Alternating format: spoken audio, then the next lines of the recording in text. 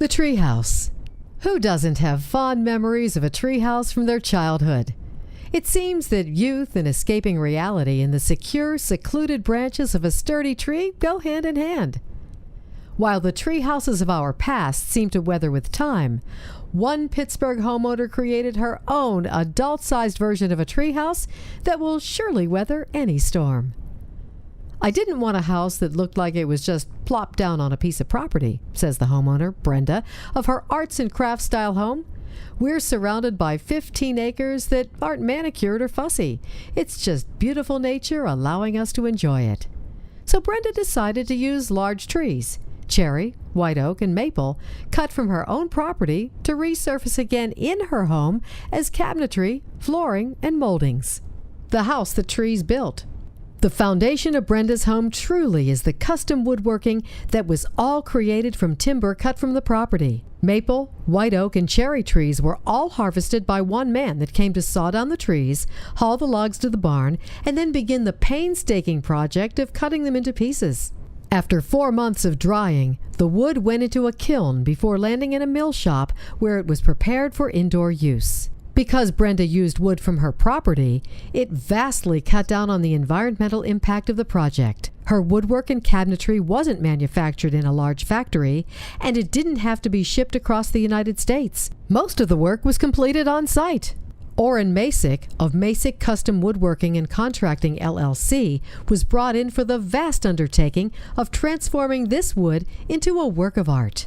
Years of experience and an understanding of the challenges that lay ahead made his company a perfect fit for Brenda's plans.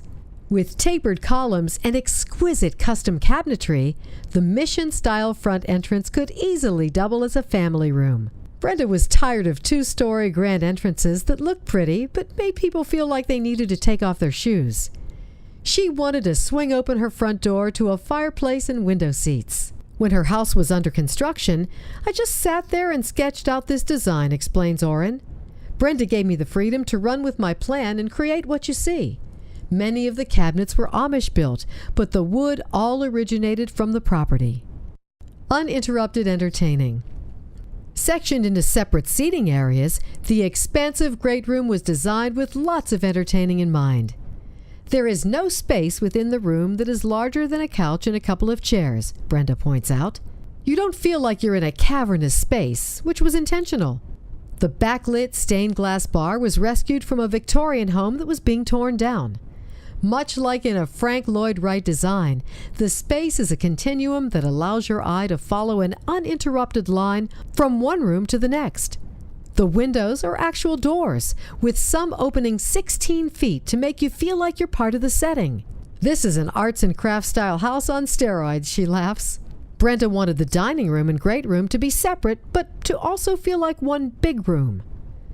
"This room isn't fussy in that you simply have a buffet and table with chairs," points out the homeowner. "It's a purposeful room with a beautiful window area that looks more like a framed photo." Originally earmarked for the front entrance, the 150-year-old fireplace wasn't up to code for wood burning, so it was instead used as a decorative piece in the dining room. Measuring a whopping 25 feet by 35 feet, the kitchen was clearly designed for a person who loves to entertain and cook. Maple countertops and white oak cabinets were handcrafted from trees on the property. 2 jumbo refrigerators are always stocked and ready for the homeowner's culinary imagination. "I love going out to buy whatever is in season and then either cooking it or freezing it," she explains. Brenda is interested in color and had a vision in her head of having an amber tone in the kitchen. "Between the tile, the walls, and the lights, I got this effect of mica stone," she points out. "The brick surrounding the cooktop looks like an outdoor fire pit, making you feel like you're at a barbecue."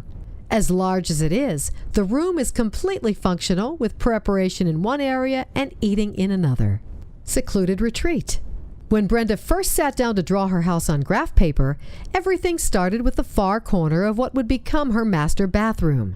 "My math skills are limited, so I counted out all of the squares on the graph paper, then taped them together and made the house to scale," Brenda explains. She wanted an angle that would make the room feel like it was completely surrounded by trees. The first time I met with Brenda, she came with her binder of photos and a clear understanding of what she wanted to do, says Orrin. We kept the keystone moldings to match the ones in the foyer.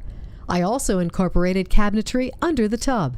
Cherry wood from trees on the property was only used in this room. Much like the rest of the home, the colors are outdoorsy to stay connected with nature. The master bedroom was kept modest, with a simple separation wall to ensure privacy. This peaceful setting opens to a deck with a fireplace that is surrounded by the sounds and beauty of nature.